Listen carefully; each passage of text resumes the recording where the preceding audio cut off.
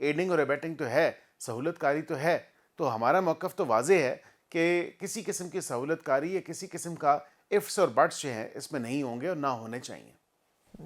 اچھا، یہ تو سر بڑی ویسے آپ نے جو کلیئر پالیسی ہے اسٹیٹ کی وہ آپ نے وضاحت کی ہے۔ اب آپ کے خیال میں اگر دیکھا جائے سر تو اب وزیر اعلیٰ خیبر پختونخوا پہلے لاہور آئے اور اس میں جتنا مس ہیپ ہوا، جتنا مسائل پیدا کرنے کی کوشش ہوئی کے پی کے لوگوں کی طرف سے بھی اور جو کچھ اسمبلی میں بھی ہوا، اب وہ سندھ کا رخ کر رہے ہیں لیکن وہاں بھی ان کو جلسے کی اجازت نہیں مل رہی ہے۔ آپ کیا سمجھتے ہیں کہ یہ جو 8 فروری کو انہوں نے سو کالڈ احتجاج یا یوم سیاہ کی بات کی ہے، یہ اس کی کیمپیننگ ہے؟ اور کیا وزیر اعلیٰ کا منصب اس کو زیب دیتا ہے کہ وہ یہ کیمپیننگ کرنے کے لیے خود نکلیں بجائے اس کے کہ جو پولیٹیکل لیڈرشپ ہے اس کو موبیلائز کیا جائے؟ دیکھیں بالکل آپ نے درست نشاندہی کی ہے، اور یہ کام وزیر اعلیٰ کا نہیں ہے، یہ کام اگر احتجاج دیکھیں، احتجاج ہم کہتے ہیں کہ آئین کے دائرے میں رہتے ہوئے احتجاج ضرور کریں، لیکن اس طرح کا احتجاج جس میں انتشار پھیلانا، جس میں جلاؤ، جس میں گھراؤ، لاہور بھی جا کے آپ نے دیکھا، کیمرے کی آنکھ نے بھی وہ تمام تر لمحات جو ہیں وہ سیو کر لیے، جب انہوں نے گملے توڑے وہاں پہ اسمبلی میں جا کے، پنجاب اسمبلی میں داخل ہوئے، کنوکٹڈ لوگوں کو لے آئے۔ کم از کم یہ تو دیکھنے کی ضرورت ہے کہ ایسا تو نہیں ہو سکتا، اور اب پھر ایک ایسی کیمپین چلائی جا رہی ہے، اور کل رات کا یہ واقعہ ہے کہ ان کی وہی سپوکس پرسن جو صوبہ کے پی کی حکومت کو ریپرزینٹ کرتے ہیں، وہاں کے نمائندے ہیں، انہوں نے کہا کہ جی ہم کے پی کی سرحد بند کریں گے، ہم 26 نمبر چنگی آئیں گے، ہم احتجاج کریں گے۔ تو یہ بلڈ اپ تو کرنا چاہ رہے ہیں، لیکن آن گراؤنڈ جو ریالٹیز ہیں وہ یکسر مختلف ہیں۔ پبلک سپورٹ جو ہے وہ ان کے ساتھ اب نہیں ہے۔ جو لاہور میں آپ نے دیکھا، لبرٹی میں میرے خیال سے جس طرح بتایا جاتا ہے کہ ایک تو ان کی اپنی پارٹی کے چیئرمین نے کہا ان کا ذاتی نوعیت کا وہ وزٹ تھا اور دورہ تھا، اس سے پارٹی کا کوئی لینا دینا نہیں تھا، یہ صوبے کی حکومت کا کوئی لینا دینا نہیں تھا، لیکن اس کے باوجود وہاں پہ صرف اور صرف جا کے انہوں نے کوشش کی کہ کسی طرح پبلک سپورٹ جو ہے ان کو حاصل ہو، جو کہ نہیں ہو سکی۔ لبرٹی میں آپ نے خود دیکھا کہ کتنے لوگ ان کے ساتھ موجود تھے، نہ ہونے کے برابر لوگ تھے۔ ابھی بھی اگر آپ دیکھیں تو جہاں جہاں یہ جا رہے ہیں لوگوں کا رجحان ان کی طرف نہیں ہے، اور نہیں وہ کسی احتجاج کا یا کسی انتشار کا حصہ بننا چاہتے ہیں۔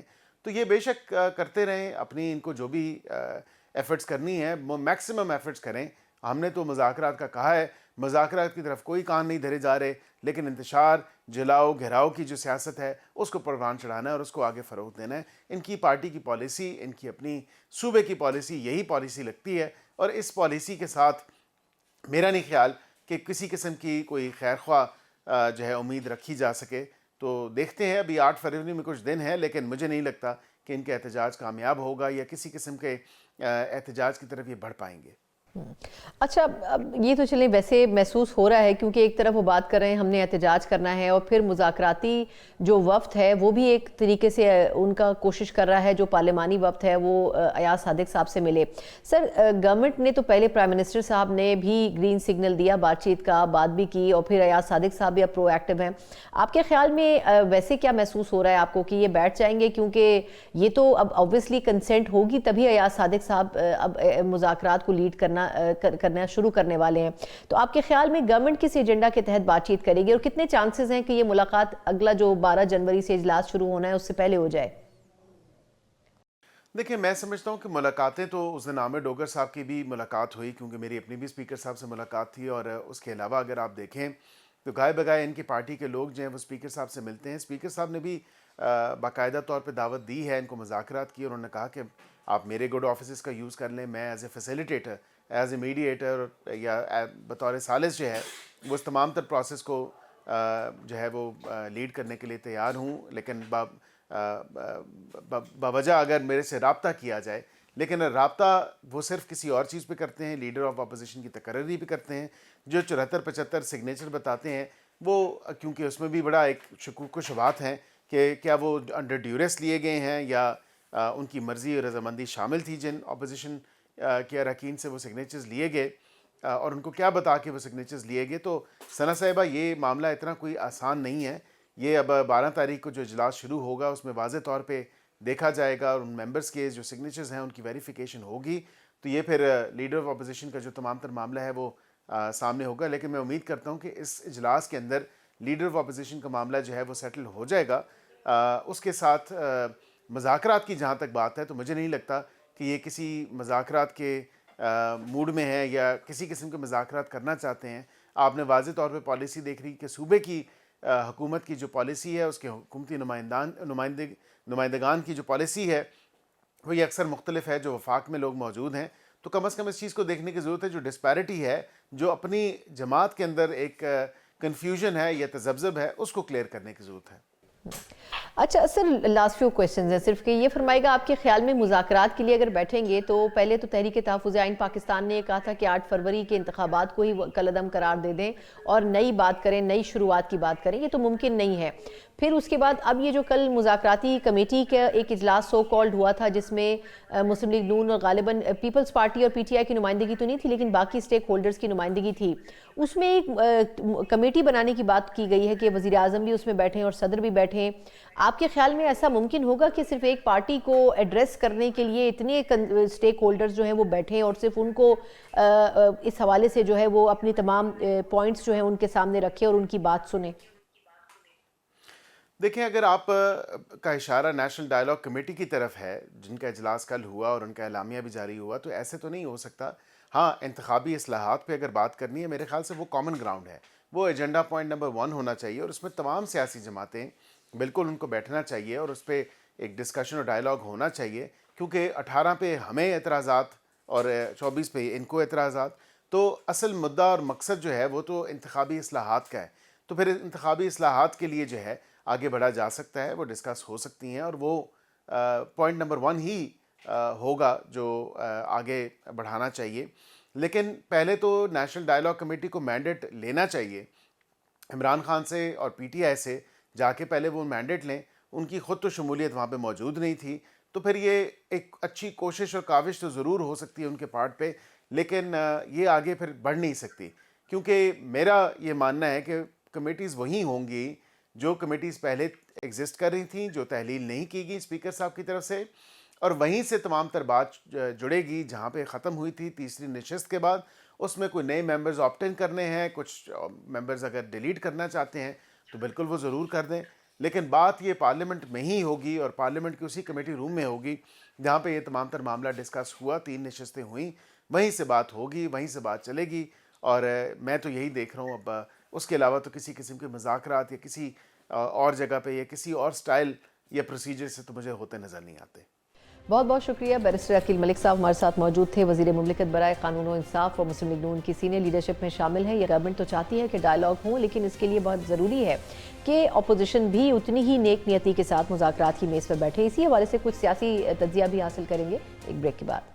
بریک کے بعد ایک بار پھر آپ کو خوش آمدید کہتے ہیں. جس طریقے سے ہم نے شروع میں بھی ذکر کیا کہ ایک نیشنل ڈائیلاگ کمیٹی بنائی گئی، اس کی طرف سے ایک اعلامیہ بھی آیا، دوسری طرف پاکستان تحریک انصاف 8 فروری کے احتجاج کی بات کر رہی ہے، یوم سیاہ کی بات کر رہی ہے، لیکن دوسری ہی سانس میں وہ اسپیکر قومی اسمبلی ایاز صادق صاحب سے ملاقات بھی کرنا چاہتے ہیں اور بات چیت بھی ایک مرتبہ پھر شروع کرنا چاہتے ہیں. سمجھ نہیں آ رہا کہ آخر اپوزیشن کی سب سے بڑی جماعت اتنا کنفیوژن کا شکار کیوں ہے، اور سب سے بڑھ کر یہ کہ جو گروپ بندی کی بات ہو رہی ہے کہ سہیل آفریدی صاحب اور باقی جو پی ٹی آئی کی لیڈرشپ ہے، خاص طور پر خیبر پختونخوا کی، کیا ان میں بھی کسی حد تک معاملات بہتر نہیں ہے؟ کیونکہ جو فرنٹ فٹ پر آ کر کھیلنے کی بات ہو رہی ہے اور آفریدی صاحب کے لاہور کے بعد کراچی کے دورے کی بات ہو رہی ہے، کتنا امپورٹنٹ ہوگا کہ باقی بھی پولیٹیکل پارٹی کے جو سٹیک ہولڈرز ہیں ان کو سپورٹ کریں، اور وہ سپورٹ اس وقت نظر نہیں آ رہی ہے.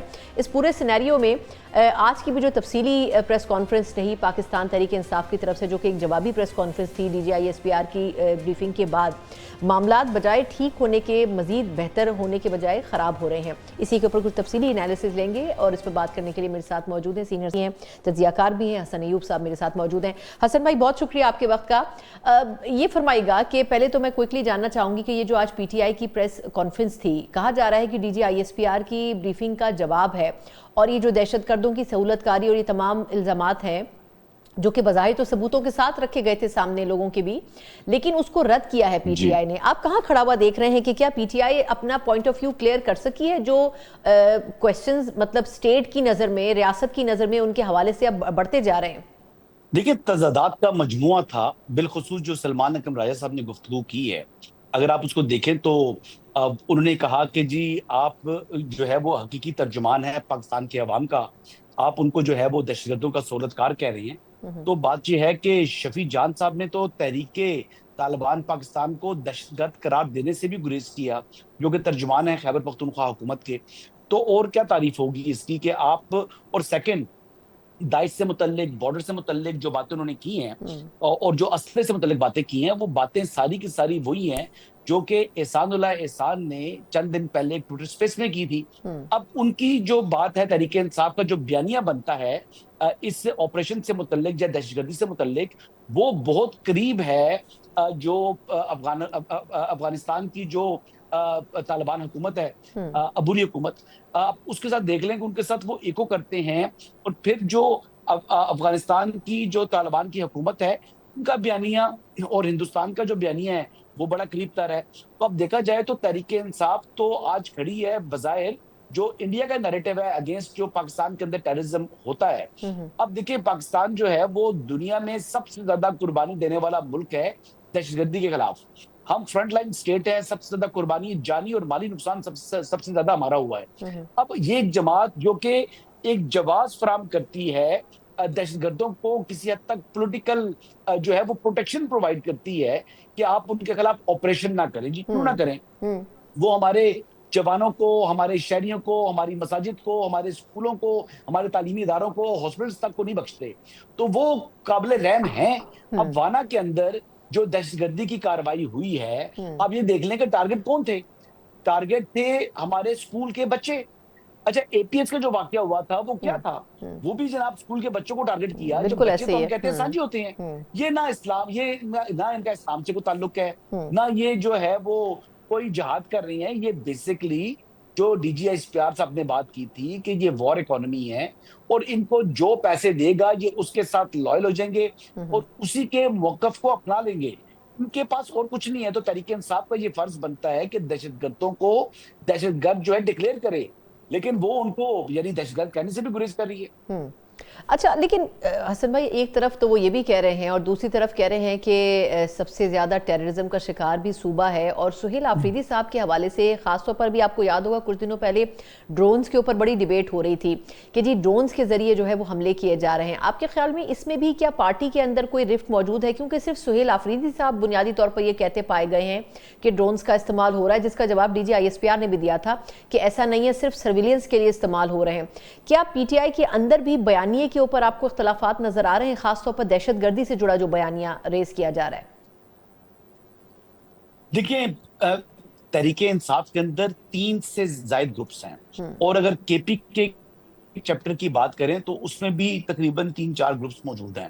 اب وہ جو 3-4 گروپس ہیں, ہر ایک اپنے اپنے سروائیول کے لیے اپنا اپنا بیانیہ جو ہے وہ اس نے جو ہے وہ اپنایا ہوا ہے. اگر سہیل آفریدی کی بات کریں تو ان کا تعلق جو ہے وہ قبائلی اضلاع سے ہے. اب بڑی یعنی آپ کو ویڈیو دکھا دی D G S P R نے پریس کانفرنس کے اندر, جس میں انہوں نے دکھایا کہ کوڈ کاپٹر کے ذریعے حملے ہوتے ہیں اور وہ ڈیمانسٹریٹ خود کر کے دکھا رہے تھے.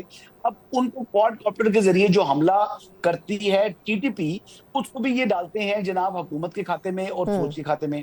یہ دیکھیں نا, تضادات کا مجموعہ. میں اس لیے کہہ رہا ہوں کہ تحریک انصاف جو ہے اس کو پہلے اپنی ذات کے ساتھ مخلص ہونا پڑے گا, اپنے ملک کے ساتھ اور اپنی سرزمین کے ساتھ. جب تک یہ ان کے ساتھ اخلاص کے ساتھ جو ہے وہ بات نہیں کریں گے, مخلص نہیں ہوں گے, تب تک دہشت گردی کے خلاف جو ان کا نیریٹو ہے وہ جھوٹا ہی ثابت ہوگا نا. اب آپ یہ دیکھ لیں کہ جس طریقے سے ہماری افواج یعنی روزانہ کی بنیادوں کے اوپر آپریشنز کرتی ہیں, انٹیلیجنس بیسڈ آپریشنز ہوتے ہیں. 206 آپریشن یومیہ ہماری افواج نے, سیکورٹی فورسز نے کیے. لیکن انہی جو اس مختلف آپریشنز کے اندر ہمارے افسران نے اور جوانوں نے اپنی جانوں کی جو ہے وہ قربانی بھی دی. لیکن اب سہیل آفریدی صاحب نے جو بیان دیا تھا کہ مساجد کے اندر ہماری سیکورٹی فورسز کے لوگ کتے باندھ دیتے ہیں, اس کے بعد کیا انہوں نے اس کی وضاحت کی کہ یہ واقعات کب کے ہیں, یہ واقعات جو ہے وہ کون سے سال کے تھے, کون سا علاقہ تھا, کون سی مساجد تھی, کہاں پر یہ واقعات پیش آئے, کیا انہوں نے تفصیل دی. اس کے بعد خاموشی. یعنی یہ بیسیکلی عوام میں اور افواج کے اندر ایک تو خلیج پیدا کرنا چاہتے ہیں, نفرت اور جو ہے وہ جو زہر پلا رہے ہیں. اور دوسرا ایک بات بڑی امپورٹنٹ ہے, دیکھیں مساجد اللہ تعالیٰ کا گھر ہے اور اللہ تعالیٰ نے یعنی جو ڈیفینڈر آف 2 ہولی ماسک بنایا پاکستان کی افواج کو, تو یہ اللہ کے حکم تھا. اللہ کا حکم نہ ہوتا تو اللہ ان کو اپنا محافظ, اپنے گھروں کا محافظ نہ بناتا. لیکن جو 2 دنیا میں سب سے زیادہ مقدس مقامات ہیں ان کی حفاظت پر بھی اللہ تعالیٰ نے اسی افواج کو جو ہے وہ معمور کر دیا، تو آخر کوئی وجہ ہے نا؟ یا یہ مساجد میں کتے باندھنے والے تھے؟ تو شرم نہیں آتی سہیل آفریدی کو اور پاکستان تحریک انصاف کو جس قسم کی یہ غلیظ اور گھٹیا گفتگو کرتے ہیں؟ میرے خیال کے مطابق میں یہ بات کہہ رہا ہوں، انہیں اپنے ذات کے ساتھ اور اپنے ملک کے ساتھ مخلص ہونا ہوگا. اتنی بزدلی اچھی نہیں ہے.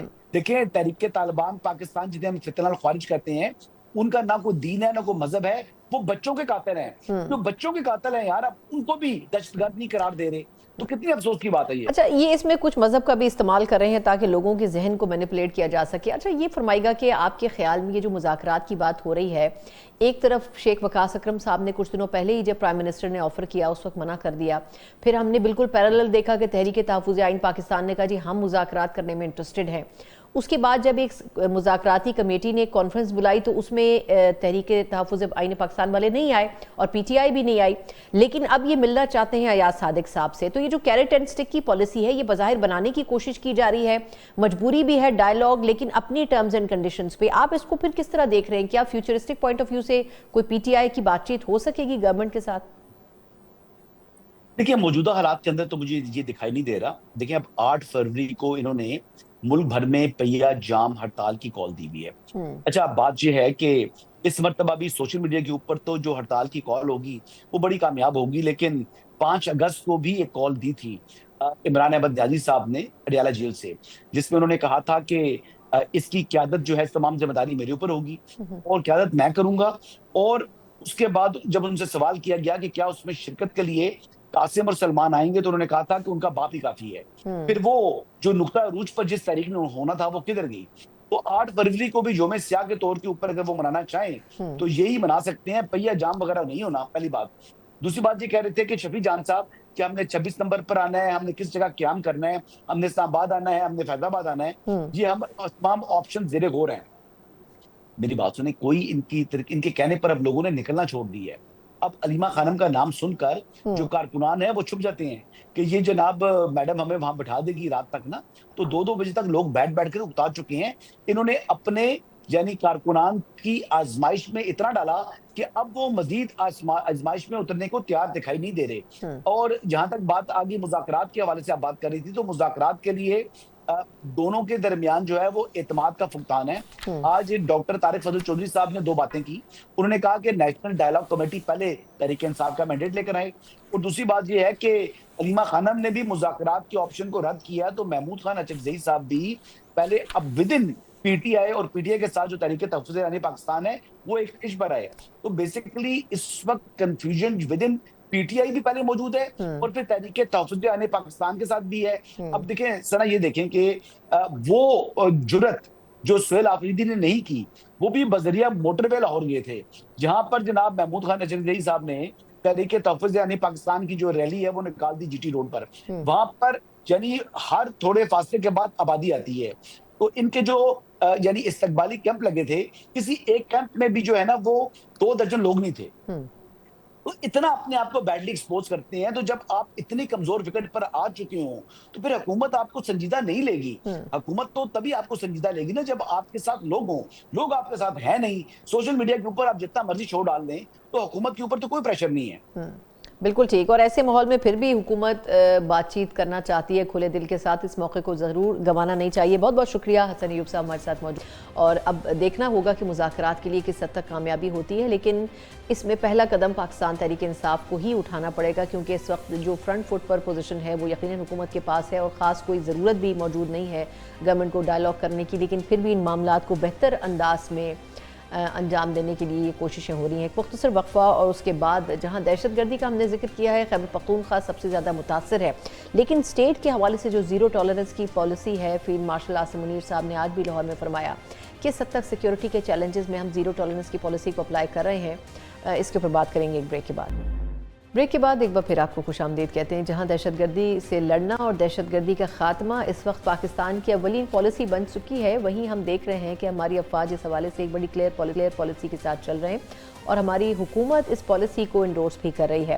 اور وہ یہ ہے کہ دہشت گردی کا خاتمہ کرنا یقیناً 2026 میں ایک ایسا ضروری امر ہے جس کو نظر انداز نہیں کیا جا سکتا. اور اسی حوالے سے فیلڈ مارشل عاصم منیر صاحب نے لاہور میں بھی خطاب کیا، اور انہوں نے زیرو ٹالرنس کی جو پالیسی ہے پاکستان کی ریاست کی، اس کی ایک مرتبہ پھر پھر وضاحت بھی کی اور اس عزم کا اعادہ بھی کیا ہے کہ دہشت گردی کا خاتمہ پاکستان کے لیے ناگزیر ہو چکا ہے۔ اس کے اوپر کچھ تفصیلی بات کریں گے۔ بات کرنے کے لیے میرے ساتھ سینئر دفاعی تجزیہ کار ایئر کموڈور ریٹائر خالد چشتی صاحب۔ چشتی صاحب سر بہت شکریہ آپ کے وقت کا۔ سر ویسے تو ٹیررزم کے خلاف ہم سالوں سے برسر پیکار ہیں، لیکن اگر دیکھا جائے تو خاتمہ بھی ممکن نہیں ہو سکا ہے۔ اب یہ جو فیلڈ مارشل عاصم منیر صاحب نے ایک مرتبہ پھر اس بات کا اعادہ کیا ہے کہ ہماری زیرو ٹالرنس پالیسی ہے دہشت گردی کے خلاف، اس سے جڑے عناصر کے خلاف۔ آپ کیا سمجھتے ہیں کہ اس وقت کی جو سچویشن ہے پاکستان کی اور دو صوبوں جہاں پر دہشت گردی بہت بڑھ چکی ہے، کس حد تک ہم اس پالیسی کو جو کہ زیرو ٹالرنس پالیسی ہے وہ اپلائی کر سکیں گے؟ دیکھیے ثنا بہت شکریہ آپ نے انوائٹ کیا۔ یہ دیکھیے حکومتیں اور فورسز جو ہوتی ہیں انہوں نے امپلیمنٹیشن کے اندر صرف کیپیسٹی بلڈ نہیں کرنی ہوتی، اپنا حوصلہ اور ریزالو بھی ڈکلیئر کرنا ہوتا ہے۔ Definitely coming from field marshal یہ ضروری ہوتا ہے کہ آپ اپنا تہیہ یا اپنی کنوکشن جو ہے وہ ٹیررسٹ تک یا جو بھی آپ کے ملک کے خلاف کر رہے ہوتے ہیں ان تک پہنچائے۔ اور یہ صرف کیپیبلٹی سے نہیں ہوتا، جو میں نے کہا کہ ریزالو بھی ضروری ہوتا ہے۔ مئی کے مہینے میں کیا ہوا تھا، ہندوستان نے سوچا کہ بھاولپور پر ان کے بقول چند دہشت گردوں کو ٹارگٹ کرنا تھا، 8-10 مقامات پر انہوں نے بمباری کی، انہوں نے کہا جی ہم نے دہشت گرد ایلیمنیٹ کر دیے۔ تو یہ اگر آپ ایکسیپٹ کر لیتے اور ریٹیلیٹ نہ کرتے تو وہ نیو نارمل بن جانا تھا۔ اس کا مطلب ہے کہ انہی کی چوائس ہونی تھی ہندوستان کی، جب جو چاہیں جس کو مرضی وہ ٹیررسٹ ڈکلیئر کریں، جتنے مرضی اٹیک کریں۔ تو یہ اسی طرح ٹالرنس آپ نے زیرو دکھانی ہوتی ہے دہشت گردی کی۔ جتنی آپ کی کنوکشن سٹرونگ ہوگی obviously اتنا ریزولوٹ قسم کا میسج جاتا ہے دشمن پر، اور ظاہر ہے آپ کی نیت اور کیپیبلٹی میں اگر میچ ایبسولوٹلی میچ کرے تو ظاہر مینیفیسٹیشن بھی نظر آتی ہے۔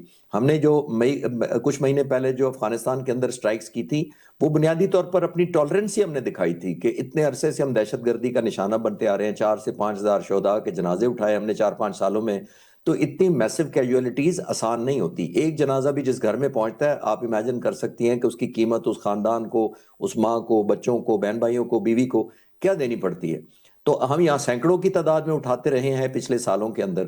تو کنوکشن تو ڈیفینیٹلی ہے، اور آئی تھنک مینیفیسٹیشن بھی نظر آئے گی، کیونکہ ہمارے پاس چوائس اور کوئی نہیں ہے۔ کیونکہ ہمارے ہندوستان کی طرف سے ایسٹرن سائڈ پر ہمیں ٹینشن دی گئی، ہم نے اس کا جواب منہ توڑ دیا۔ یہ جو پراکسی وار ہوتی ہے ظاہر ہے یہ مشکل اور چیلنجنگ زیادہ ہوتی ہے کہ اس کے ٹالرنس اپنی جگہ ہے، لیکن کیپیبلٹی کے علاوہ بھی اس کے اندر، کیونکہ انیشیٹو آپ کے پاس نہیں ہوتا، ڈکلیئرڈ وار نہیں ہوتی، انیشیٹو دوسرے کے پاس ہوتا ہے، ہائیڈنگ میں چلے جاتے ہیں، چوائس آف ویپنز ان کا ہوتا ہے، ٹائمنگز ان کی مرضی کے ہوتے ہیں، تو اس کو زیادہ چیلنجنگ ہوتا ہے، لیکن ڈیفینیٹلی انشاءاللہ ریزالو کے ساتھ اس کو بھی حل کر لیں گے۔ یہ بھی فرمائے گا کہ ابھی کچھ دنوں سے یہ بات بھی زیر بحث آ رہی ہے کہ سیاسی جماعتیں بھی انڈائریکٹلی کردار ادا کرتی ہیں جس سے دہشت گردی کا خاتمہ نہیں ہو پاتا۔ آج بھی پی ٹی آئی کی طرف سے ایک بڑی تفصیلی پریس کانفرنس ہوئی تھی اور اس میں جو سہولت کاری کے الزامات تھے ان کو رد کیا گیا ہے۔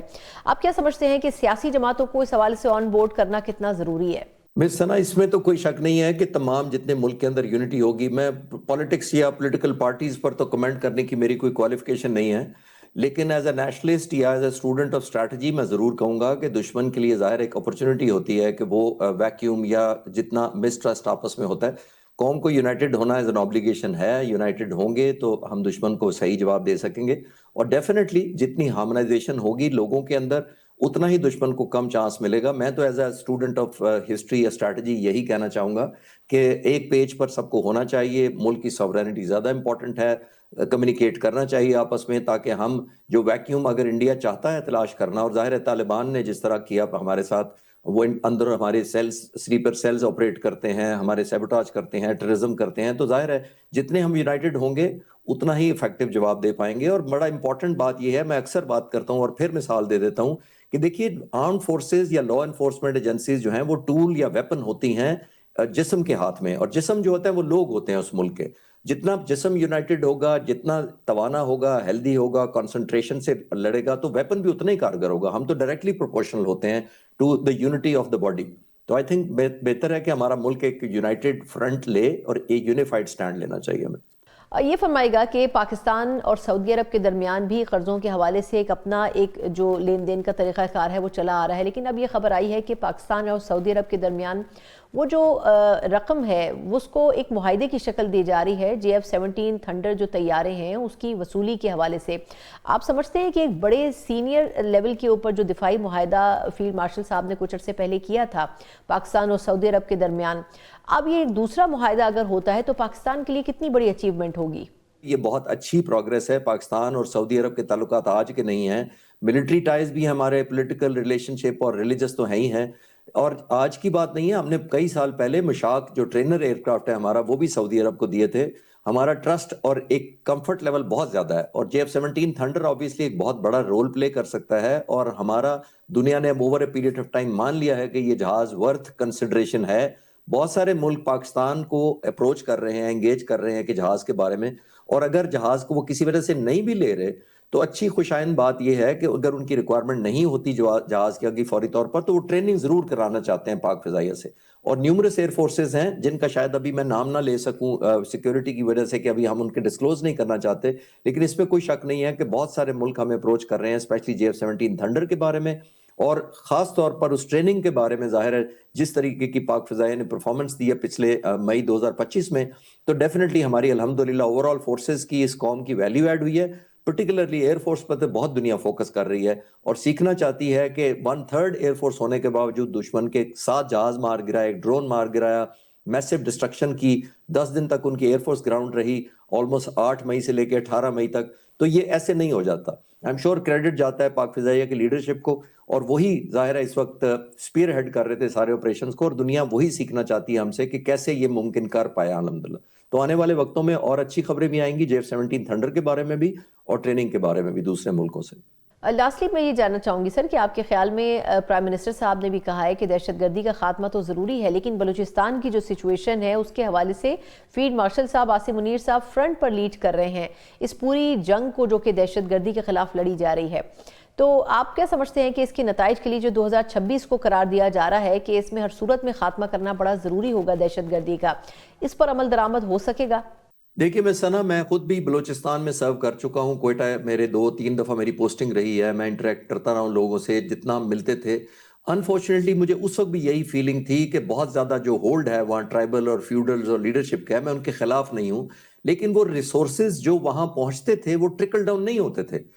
میں جہاز فائٹر پائلٹ ہونے کی وجہ سے میں دور افتادہ یا ڈسٹنٹ ایریاز میں جو انڈر ڈیولپڈ تھے، بارڈر کے پاس تھے، دال بدین اور دوسری جگہوں پر جب میں جاتا تھا مستونگ وغیرہ میں، تو میں دیکھتا تھا کہ ڈیولپمنٹ نہ ہونے کے برابر ہے۔ جہاز سے آپ کو نظر آتا ہے کہ انفراسٹرکچر وہاں نظر نہیں آتا، روڈ نیٹ ورک نظر نہیں آتے، کچے لوگ گھر ہیں موسٹلی۔ تو آپ دیکھ پاتے ہیں کہ وہ فائدے جو حکومت کو یا اسٹیٹ کو ان لوگوں تک پہنچانے ہوتے تھے بدقسمتی سے وہ نہیں پہنچتے تھے۔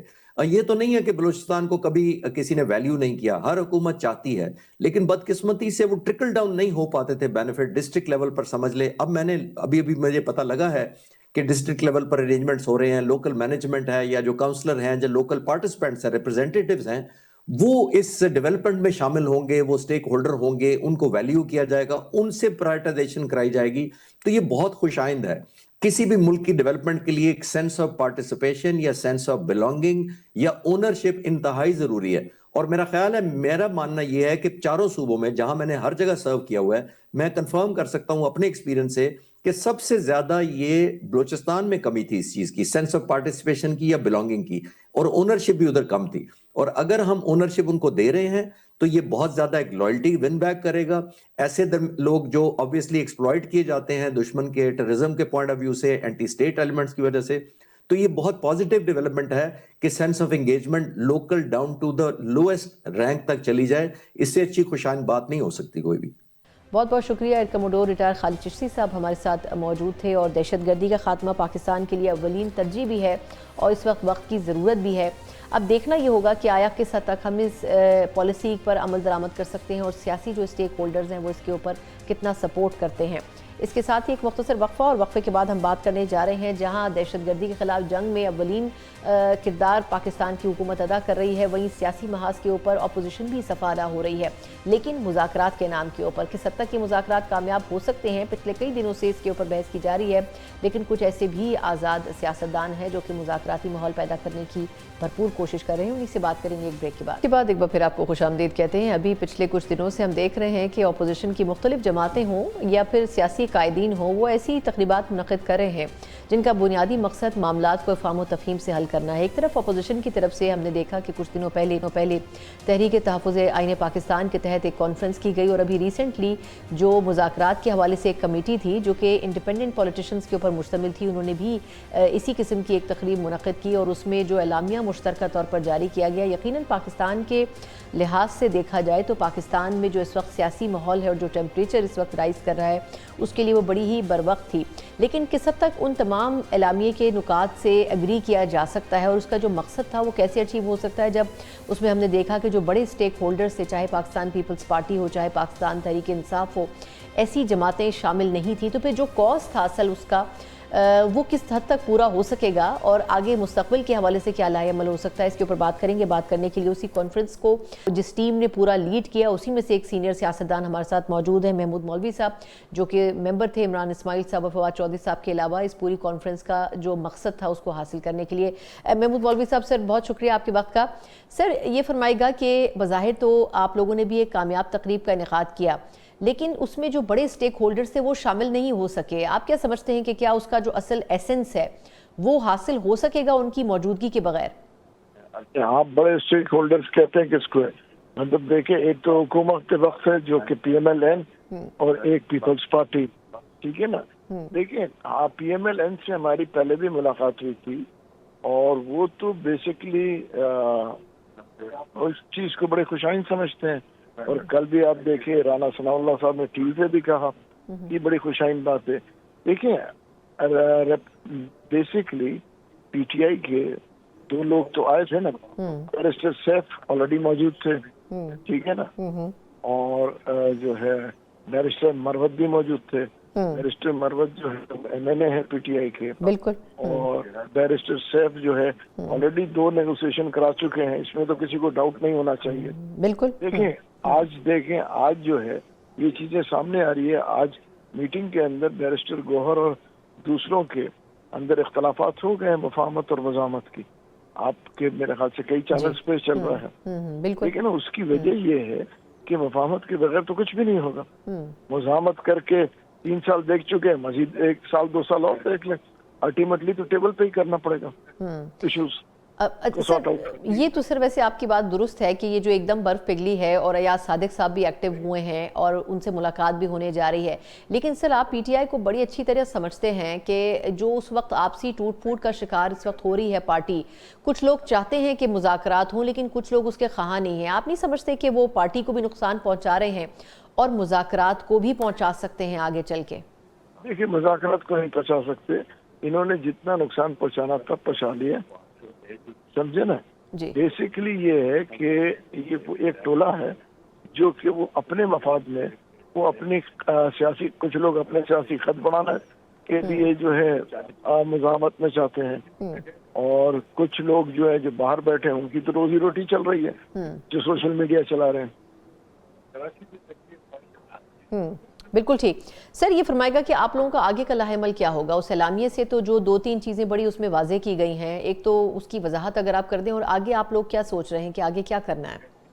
دیکھیے ابھی ہم نے تو آصف علی زرداری صاحب سے بھی ریکویسٹ کی ہے کہ اس میں وہ دیکھیں نا، وہ جو ہے مفاہمت کے بادشاہ کہلاتے ہیں، تو ہم نے تو مفاہمت کے بادشاہ سے ریکویسٹ کی ہے کہ دیکھیں جی اس کو جو ہے مفاہمت میں اس میں انوالو ہو۔